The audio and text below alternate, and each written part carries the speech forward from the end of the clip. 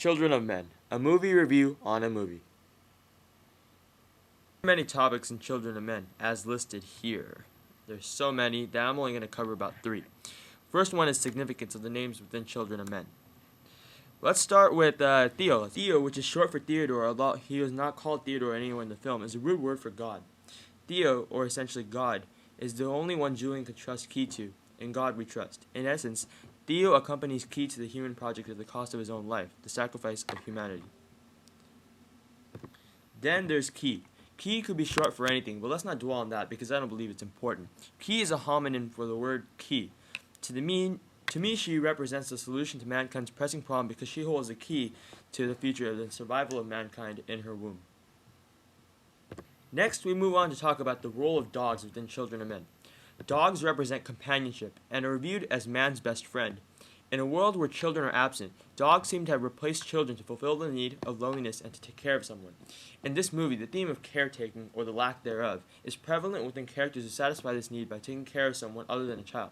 For example, the character Jasper takes care of his wife Janice, who is traumatized into silence through torture, which can be assumed through an analysis of the newspaper clippings the camera breezes through, which sum up her life as well as Jasper's.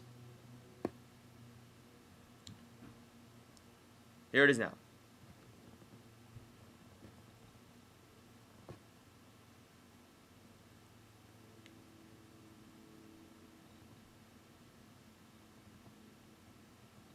Let's talk about the role of corruption within Children of Men.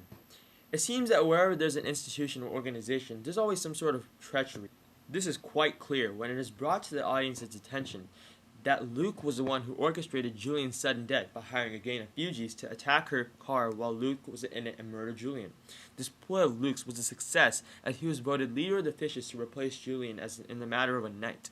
The hunger for power caused him to act in such a way as to deviate violently from the very peaceful cause he was trying to advocate with the rights of fugees and illegal immigrants placed in refugee camps, and that, like that of notorious Bexhill. A more subtle example of corruption within the film is shown within the British government's desire to protect. In this scene, where the news of Julian's death is aired on local television, the government likely actively takes the credit for her death after stating she was killed in a gun battle with police, when we later find out that the gang of fugees was hired by Luke, and they were not part of the police at all.